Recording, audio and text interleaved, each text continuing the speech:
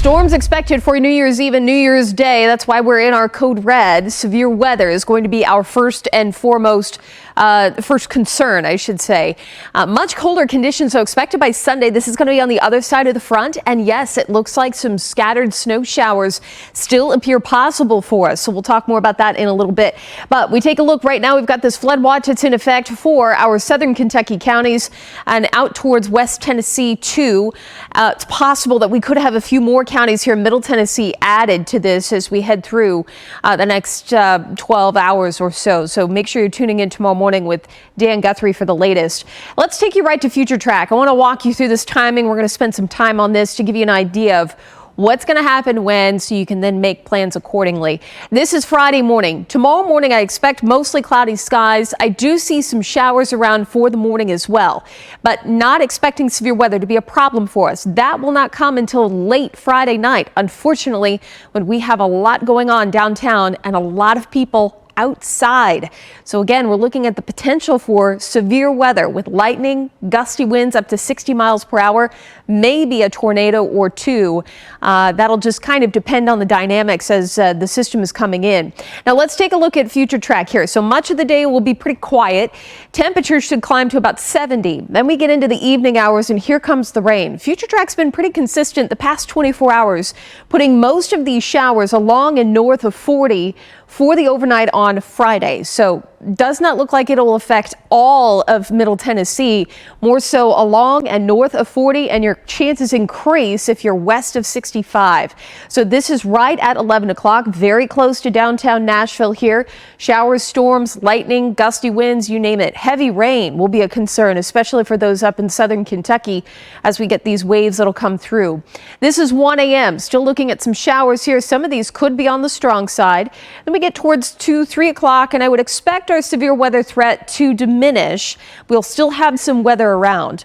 But notice as we head towards Saturday morning, a lot of the rain is pushing north out of our viewing area. So we are looking at probably a break in the severe weather and much of the rain in general. Then we get into 12 noon on Saturday. Here comes the main line that's going to be pushing in after 2, 3 p.m. This one will affect everyone in Middle Tennessee and southern Kentucky as it's going to be a long line of showers and storms. Now, right now we're still under that level 2 out of 5 threat, but all modes of severe weather do appear possible here. So potential for tornadoes most likely within the line, gusty winds up to 60 miles per hour.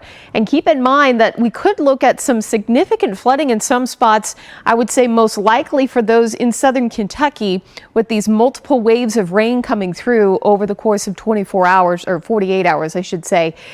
2 to 3 inches of rain, some locally higher amounts possible to the north and west, probably more like 1 to 2 as we get into the I-40 corridor and places south.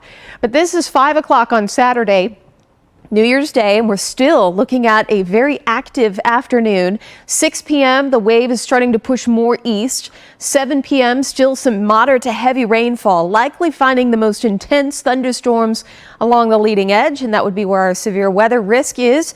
But we'll still have a flooding risk here behind that main line with more rain. And then we get into about 11 p.m. on Saturday, and those showers begin to clear out. Then we flip the switch. Colder air begins to pour in on the backside. Models have been somewhat in agreement in enough moisture behind this system here where we have the potential for rain to snow changeover by Sunday. Now this is 12 noon. Notice that we've got a little bit of a mix here, rain to rain snow mix, but eventually as cold air continues to work its way through Middle Tennessee, we will likely see a changeover to all snow showers at some point here. Now Future Track is a little, I think, gun-ho with our snow potential, but do know that it does exist, and I do think we'll see some snow showers possibly area-wide here for Sunday, and most likely during the Titans game, which will be interesting to see. Some places here in Nashville are postponing or even canceling, like the East Room, postponing their New Year's celebration. This comes as Nashville-Davidson County area sees a spike in COVID-19 cases. As Nashville gets ready to ring in 2022, a spike in COVID cases looms over the anticipated new year.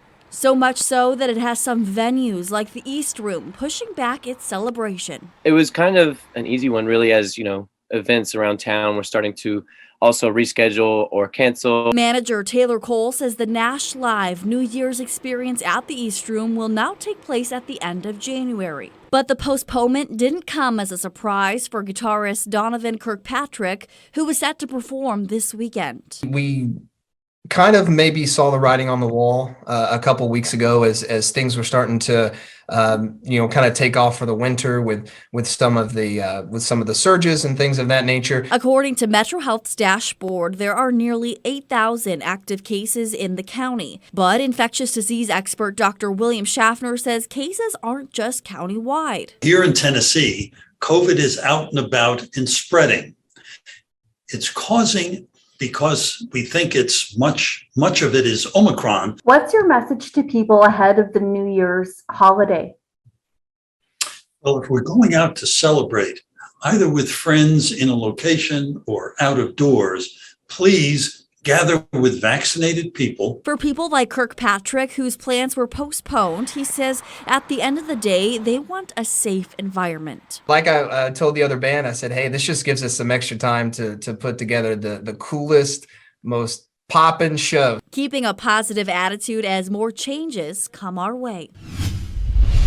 School board members typically meet inside these doors for several hours, and tonight they're worried these elections could cause some disruptions when it comes to real issues with education. GOP lawmakers pushed for this law to pass in October during a special session, saying it's important to know a person's beliefs before electing them into a position. Some Republicans also feel it would lead to more accountability for those school board members. But in an email obtained by Fox 17 News, all 9 Metro school board members pushed nonpartisan elections, including Fran Bush. It would, basically kind of disturb the process of voting for the candidate that you feel that can best represent our children. But with both parties in Davidson County approving the partisan school board elections, you'll now see Republican, Democrat, or another party affiliation next to each person running. It's tough to be partisan when you're talking about the education of kids and when they have no political stake in their future at that point. John Little represents Metro's 4th district and believes these elections will distract from the real issues at hand. Our main focus should be the academic achievement of our students. And in our communities, that's just not happening. What is your response to those who are for this, that say they believe it's important to know a person's worldview before electing them? We have to evaluate our superintendent, to pass a budget and increase academic achievement. And 3 of those things, none are connected to politics. It's really connected to understanding who a student is, what do they want to do, and how do we get them there. I reached out to House Speaker Cameron Sexton and Lieutenant Governor Randy McNally to ask what response they have to those who feel students are getting put in the middle of politics. I am waiting on a response. In a Fox 17 News Facebook post, while some families believe it might be a good idea for larger population counties, others think politics have no place in schools. Please try to stay away from partisan, just because it becomes more of a political thing. And to me, that's just not what we need for our kids.